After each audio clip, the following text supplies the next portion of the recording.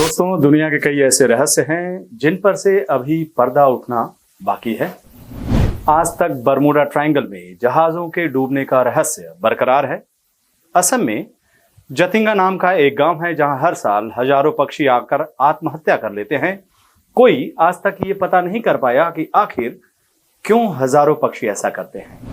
रहस्यों की इस कड़ी में एक कड़ी है ईवीएम, अपनी इलेक्ट्रॉनिक वोटिंग मशीन।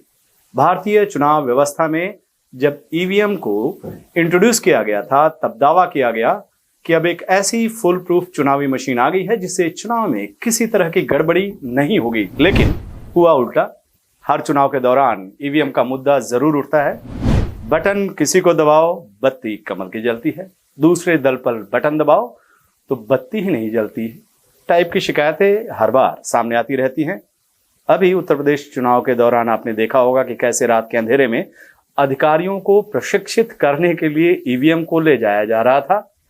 ये अधिकारियों को प्रशिक्षित करने की दलील स्थानीय जिला प्रशासन की तरफ से दी गई थी। आपको याद होगा, बीजेपी विरोधी पार्टियों तो ईवीएम को लेकर इतनी अलर्ट थी कि कई मतदान केंद्रों पर उसके कार्यकर्ताओं ने शाम से लेकर रात भर पहरेदारी की ताकि ईवीएम नाइट वॉक पर ना निकल जाए।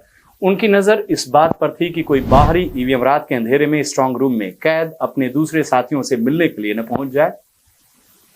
देखा जाए तो विपक्ष की ये शक बेवजह नहीं है। दरअसल 19 लाख से ज्यादा ईवीएम पिछले 2 सालों से परमानेंट घुमक्कड़ी कर रही हैं। घुमक्कड़ी मतलब किसी को उनके बारे में कुछ नहीं पता है। वो ईवीएम कहाँ है, किनके अंडर में है, कहाँ उनको रखा गया है, उनका क्या इस्तेमाल किया जा रहा है, किसी को कुछ नहीं। आपकी जानकारी के लिए बता दूं कि चुनाव आयोग हैदराबाद स्थित इलेक्ट्रॉनिक कॉरपोरेशन ऑफ इंडिया और बेंगलुरु स्थित BEL से ईवीएम खरीदता है। साल 2018 में आरटीआई कार्यकर्ता MS रॉय ने जब इन कंपनियों से चुनाव आयोग को बेचे गए ईवीएम की जानकारी हासिल की तो पता चला कि BEL द्वारा चुनाव आयोग को बेचे गए 10,26,000 ईवीएम और ECIL द्वारा बेचे गए 9,29,000 ईवीएम चुनाव आयोग तक पहुंचे ही नहीं। बीच रास्ते में 19 लाख से ज्यादा ईवीएम गाड़ी से उतरकर हवाखोरी पर निकल गए।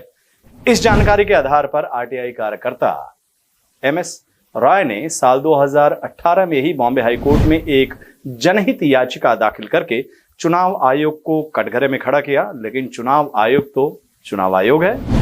मोदी जी के राज में उसे एक नया नाम भी मिल गया है। अब तक उसने इस मामले में कोई ठोस जवाब तो नहीं दिया है। मालिक की संगत का असर है। मोदी जी सवालों से बचने के लिए प्रेस कॉन्फ्रेंस ही नहीं करते हैं। उन्हीं की राह पर चलते हुए चुनाव आयोग साल 2018 से टाइम पास कर रहा है। वैसे मोदी जी के राज से पहले खुद बीजेपी ईवीएम को कटघरे में खड़ा करती थी। देखिए अब ये मसला क्या रुख अख्तियार करता है। गायब हुए 19 लाख से ज्यादा ईवीएम का सच सामने आता है या फिर ये मुद्दा भी दुनिया के अनसुलझे रहस्य के तौर पर दर्ज होता है। ये जानने के लिए कुछ और वक्त का इंतजार कीजिए। नमस्कार।